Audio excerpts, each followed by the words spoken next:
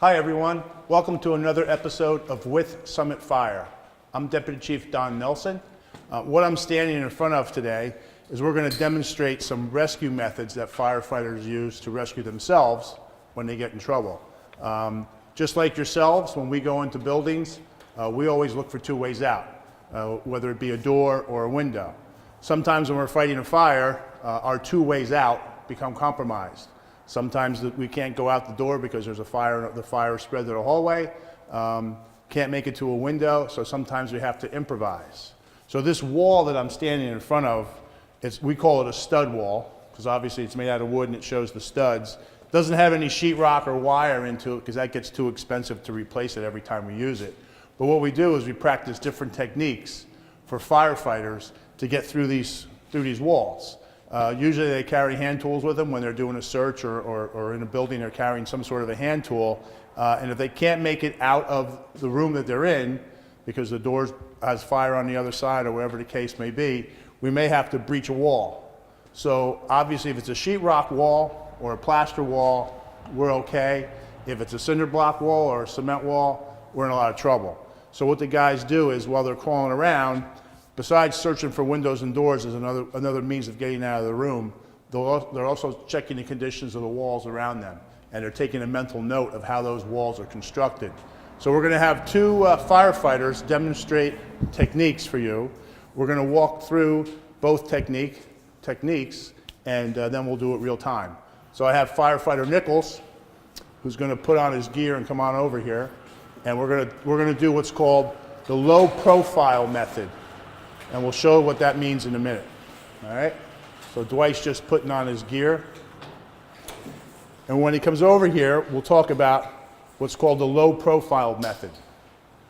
Because what happens is when a firefighter puts on all his gear, he gets pretty big. I know I've weighed myself with all my gear on, the turnout gear and the SCBA, and I hate to say it, but with all the gear on it, I weigh 350 pounds, so I'm pretty heavy.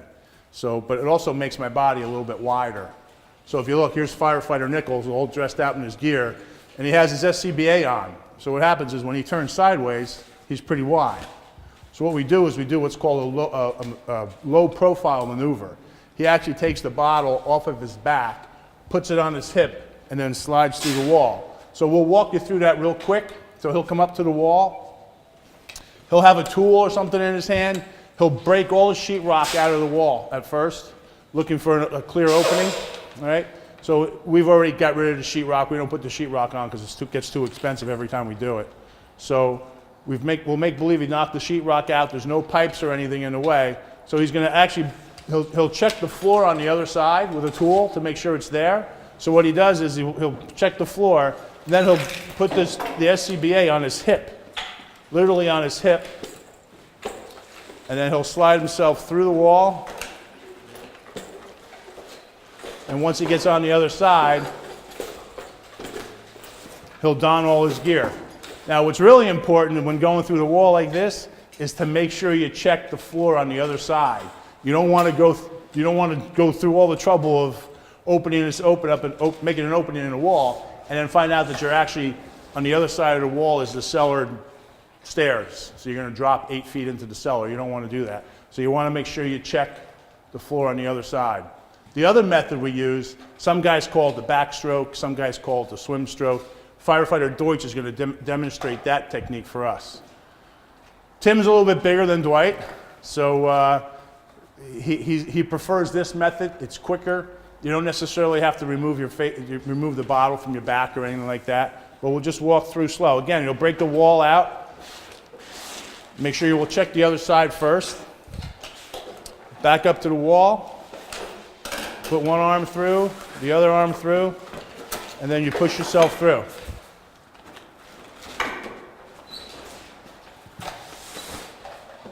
And that's what's called the backstroke or the swim method, whatever you want to call it. Now we're going to do it real time on air. All right, that was just to demonstrate the method to you. This is something we practice quite often. The guys are pretty proficient at it. We've actually made this wall up ourselves. We keep it in the firehouse. And every 6 months or so, we'll go through this technique. These are ideal conditions. There's no smoke, there's no heat, there's nobody yelling at you, nothing like that. So this is pretty easy. In a real life situation, it can get pretty hairy. If a firefighter suspects that he's in trouble, he needs to declare a mayday. He's doing that over the radio. He's turning on his pass alarm, and we'll show you that in another episode what a pass alarm is. But these are just techniques that we practice. Every fire department does it this way. I'm sure there's other techniques out there, but these are the two that we prefer. They work very well for us. Guys are very comfortable doing them. So Dwight's getting on air. You'll hear the alarms go off in a minute. As he turns his bottle on, he comes over. And what's important is when they do these techniques is that they don't remove the face piece. They don't want to expose their lungs or their breathing to the atmosphere, the heat and the smoke that's around them in the building that they're in or the room that they're in. So again, he comes up to the wall, gets down on his knees, he checks the wall, makes sure he knocks everything out of the way, checks the other side with his foot or his tool, reaches through, it's solid. He removes his back strap. He's on air. Now we don't want to lose any air. He's going to move his bottle to his hip, and there he goes through the wall. Foot first, and then he's in. And there he goes. And he goes through. And then on the other side, he dons his gear. Now he's in another room, so he can, if it's a safe haven, he can stay there until help arrives. Maybe he can find his way out from that other room. And then he's just calling for a mayday and staying there until somebody's found. Now firefighter Deutsch is going to do his backstroke or swim method, however he wants to describe it. Again, he's on air. He crawls up to the wall. He can't get out his normal way. He breaks everything out of the way. He checks the other side, makes sure it's safe. He's declared a mayday already. Puts his arm through, gets his pack through.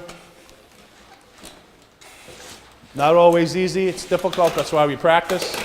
Puts his other arm through, slides through the wall, and he's safe. All right, so another technique that we have, besides, in this particular case, we opened up this whole wall and there's no pipes or wires. But this particular bay of the wall, we have this piece of wood here representing either a pipe or some wires that we can't move, or a solid, whatever's in the wall that we can't move. So it actually makes the opening a lot smaller.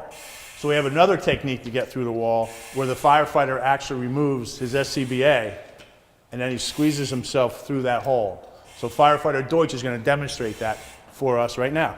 So go ahead, Tim. So he's literally going to take his SCBA off his back. Again, he's going to check the floor before he does all this, and he's already broken out. We've simulated breaking out the sheetrock, and then here's a pipe or whatever that we can't remove. Puts his SCBA through, and then he's going to crawl through this little hole.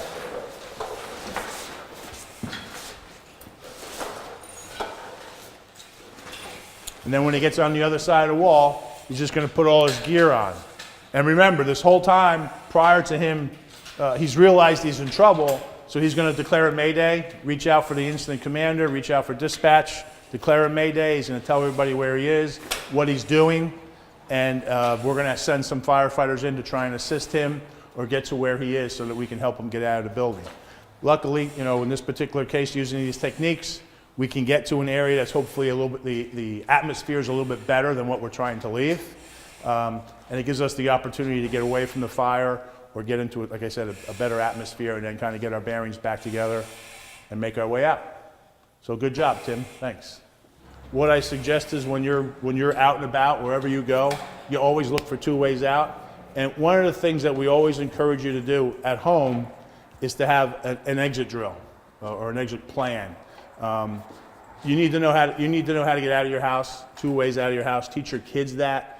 More importantly, though, when you have that plan, make sure there's a meeting place outside. Because here's one of the things that I always worried about when I pulled up at a house that was on fire.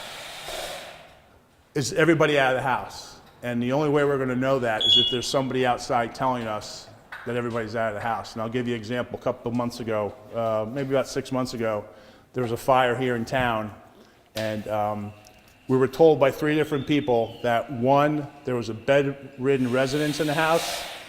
Somebody else told us, oh no, she's not bedridden. We saw her out and about the house the other day. And then somebody else told us that resident was no longer alive.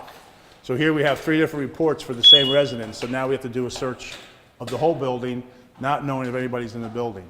So it's important for, in that case, there was nobody home, but if you're home, get out of the house as quickly as you can, assemble your family out front, so that when we pull up, we can ask if everybody's out of the house. If everybody's out of the house, that's great. We can go do our job. If they're telling us somebody's in the house, our number 1 job is to get that person out. So we have to go inside, do a search of your entire house. And as I tell little kids that come here for tours, I've probably never been to your house.